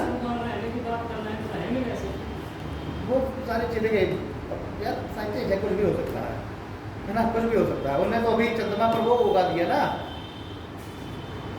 मतलब अभी सीड्स वगैरह जर्मिनेट कर दिए हैं, जो बीज हैं बीज अंकुरित कर दिए, करने में सफल हो गए हैं वैज्ञानिक चंद्रमा पर, ठीक। तो यही तो खोजें चल रही हैं कि पानी मिल जाए। अब पानी अगर वहाँ पर मिल गया, अगर वहाँ पर पानी मिल गया चंद्रमा पर, तो इसका मतलब क्या है कि वहाँ पर क्या किस चीज़ की अवेलेबिलिटी है? हाइड्रोजन और ऑक्सीजन की, ठीक है। H2O पानी में हाइड्रोजन और ऑक्सीजन है ना। यानी कि अगर चंद्रमा पर क्या मिल गया, H2O मिल गया, इसका मतलब है कि चंद्रमा पर ऑक्सीजन अवेलेबल है, और चंद्रमा पर ऑक्सीजन अवेलेबल है तो फिर लोगों को तो जो है रह ही सकता है आदमी। फिर दूसरी इन्हें उपलब्धि क्या प्राप्त कर ली कि चंद्रमा की सतह पर इन्होंने बीज को जर्मिनेट कर लिया, बीज जर्मिनेट हो गया है, यानी कि यहाँ पर कृषि भी की जा सकती है। तो अब यही तो है चीजें, और आदमियों का चाहिए कृषि हो जाए। अब वो देखो उसका कुछ ना कुछ होगा सिस्टम, है ना, कि भाई वो किस तरीके से वहाँ का ग्रेविटेशन, जिस जगह आप रह रहे हैं उसका ग्रेविटेशन फोर्स कैसे बढ़ाया जाए, ये कुछ ना कुछ भाई देखिए साइंटिस्ट है, जब अगर वहाँ तक पहुँच गए तो ये भी चीज़ भी संभव है कि उस जिस जगह पर लोग रह रहे हैं वहाँ का ग्रेविटेशन फोर्स बढ़ा दिया जाए उस एरिया का। तो कुछ ना कुछ ऐसी टेक्निक्स आएंगी, है ना। अभी भाई पहले एक स्टेप बढ़ा जाएगा, पहले पानी मिल जाए, जर्मिनेशन होना चालू हो जाए, लोगों के रहने के लिए दूसरा उपलब्ध हो जाए, फिर उसके बाद जो ग्रेविटेशन बढ़ाना तो फिर आसान काम है। जब लोग जा रहे हैं अंतरिक्ष पे, ग्रेविटेशन फोर्स है नहीं है, और वहाँ पर जाकर के बढ़िया से लैंड कर ले जा रहे हैं, है ना, तो यानी कि यहाँ पर भी ये संभव है ग्रेविटेशनल फोर्स यहाँ पर बढ़ाना और लोगों का रहना। भाई कुछ नहीं हो सकता, ऐसे कुछ चैम्बर्स वगैरह कुछ भी हो सकता है यार, देखो, है ना, जिंदा रहे तो जो है पता चली जाएगी चीज़ें, और जिस हिसाब से साइंस प्रोग्रेस कर रहा है तो आपका हमें सब सारी चीज़ें पता चल जाएंगी। ठीक है, तो लिख लीजिए चंद्रमा का गुरुत्वाकर्षण बल भी पृथ्वी का 1/6 गुना है। चंद्रमा का ग्रेविटेशनल फोर्स, गुरुत्वाकर्षण बल भी पृथ्वी के मुकाबले 1/6 है। और यही कारण है कि चंद्रमा के वायुमंडल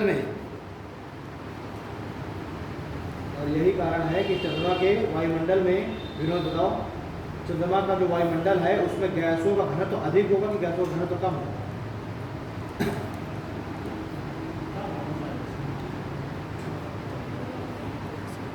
गैसों का घनत्व अधिक होगा कि गैसों का घनत्व कम होगा?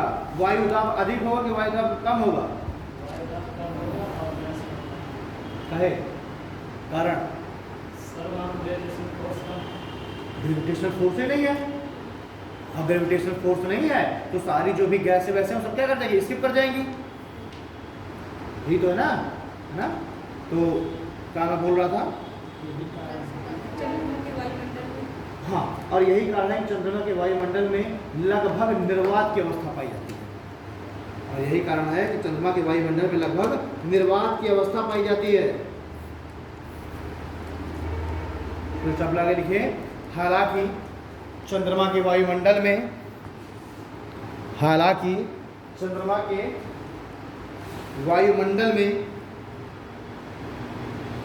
कुछ हल्की गैसें मौजूद हैं, जिनमें आर्गन,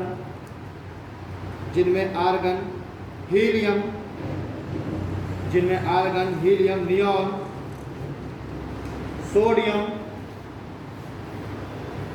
और कुछ मात्रा में हाइड्रोजन उपलब्ध है, भी उपलब्ध है। ठीक है ना, और कुछ मात्रा में हाइड्रोजन उपलब्ध है।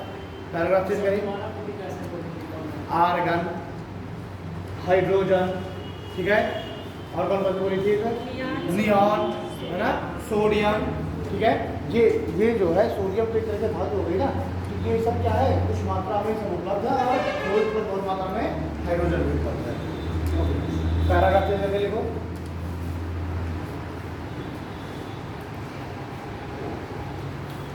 हाँ लिखे, चंद्रमा में अपना स्वयं का प्रकाश नहीं होता,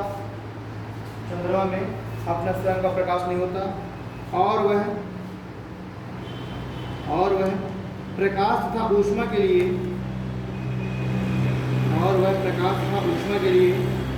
सूर्य पर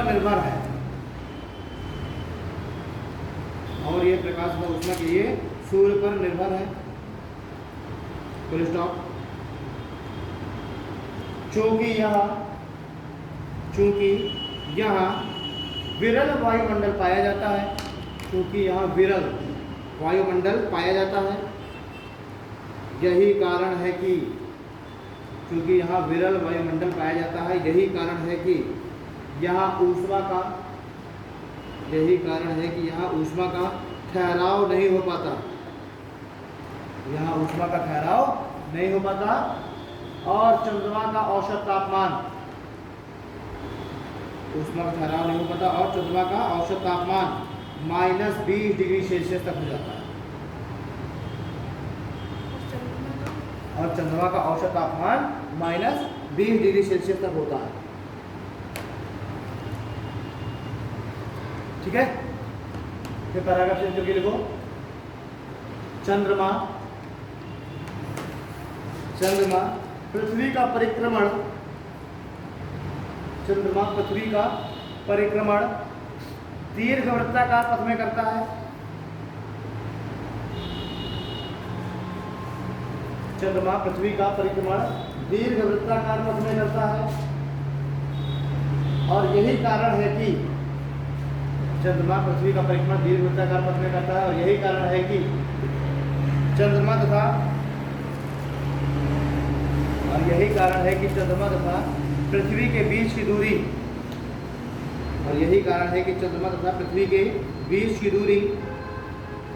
घटती बढ़ती रहती है। बीच की दूरी घटती बढ़ती रहती है। चंद्रमा तथा पृथ्वी के बीच की दूरी घटती बढ़ती रहती है। ठीक है, और चंद्रमा को अपने कक्षा में बने रहने के लिए प्रत्येक क्षण गति में परिवर्तन करना पड़ता है।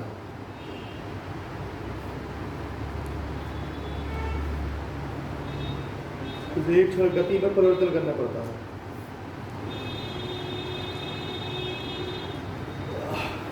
ठीक है,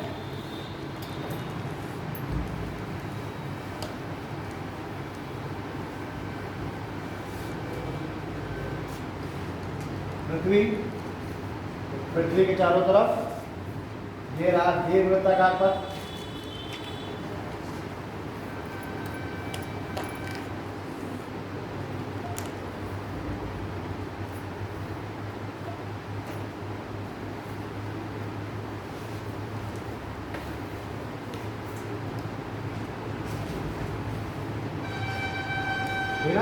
चंद्रमा क्या कर रहा है? दीर्घवृत्ताकार पथ पर परिक्रमा कर रहा है। तो एक बार चंद्रमा कहाँ पर है? ये है चंद्रमा अपने परिक्रमा के दौरान, और एक बार चंद्रमा अपने परिक्रमा के दौरान ये है, और ये है पृथ्वी, है ना? अर्थ हो गई, मून हो गया, ये मून हो गया। तो देखो, जब चंद्रमा और पृथ्वी इस तरीके से है ना, ये क्या है? ये चंद्रमा पृथ्वी के बीच की सबसे अधिक दूरी है और इस समय चंद्रमा पृथ्वी से कितनी दूर होता है? 4.05 लाख किलोमीटर। ठीक, और ये इस समय चंद्रमा और पृथ्वी के बीच की जो दूरी है, डिस्टेंस है, क्या होगा? मैक्सिमम होगा। ठीक, और इस अवस्था को कहते हैं अपभू की अवस्था। ठीक, और जिस समय चंद्रमा और पृथ्वी के बीच की दूरी ये क्या है? ये सबसे यहाँ पर ये 3.96 लाख किलोमीटर। इतने बीच की डिस्टेंस इनके 3.96 लाख किलोमीटर, और यहाँ पर क्या है? इनके बीच की डिस्टेंस सबसे मिनिमम होगी और इस अवस्था को कहते हैं उपभू की अवस्था।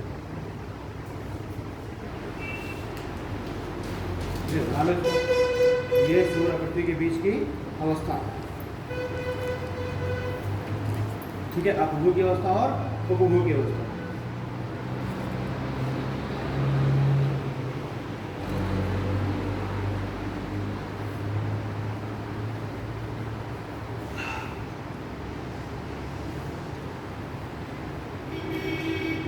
ठीक है, अपभू और उपभू अवस्था। अपभू को इंग्लिश में बोल देते हैं एपोजी, ना? क्या कह रहे हो? एपोजी, और इसको उपभू की अवस्था बोलते हैं पेरिजी। एपोजी अपभू हो गया और उपभू हो गया पेरिजी। ठीक, तो ये है चंद्रमा और पृथ्वी की बीच की अवस्था जो कि क्या हो रही है, लगातार घटती बढ़ती जा रही है। ठीक, सबसे मैक्सिमम दूरी होगी 4.05 लाख, सबसे कम होगी 3.96 किलोमीटर।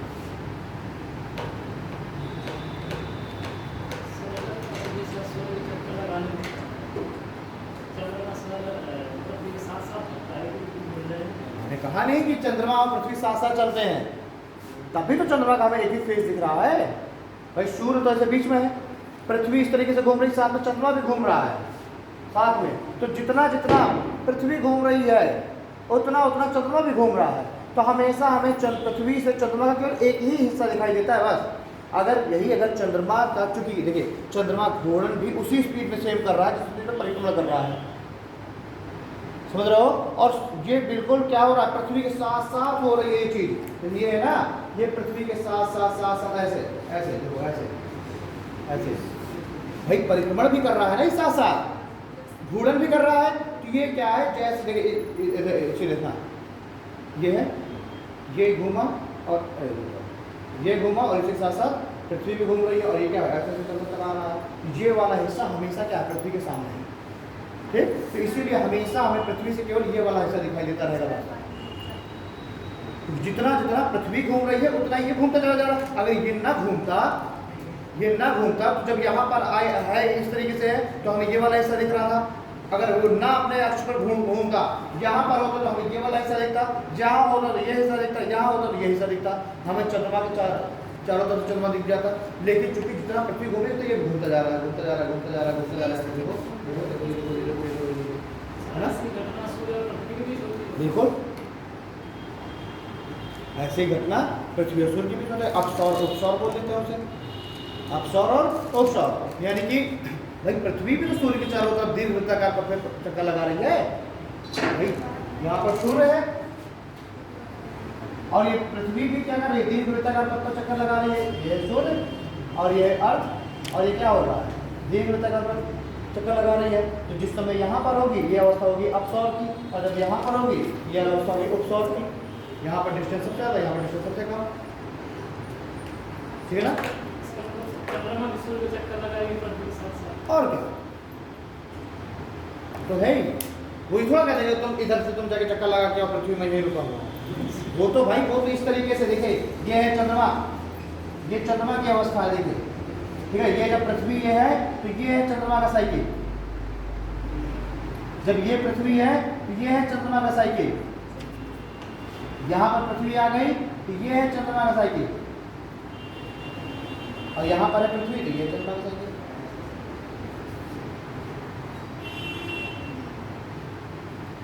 ठीक है, तो चंद्रमा हमें ज्यादा चमकदार कब दिखाई देगा, जब उपभू की अवस्था होगी, पेरिजी की अवस्था होगी। जो सारे चंद्रमा के लिए जो सारे मिशन भेजे जाएंगे, कब भेजे जाएंगे, जब पेरिजी की अवस्था होगी।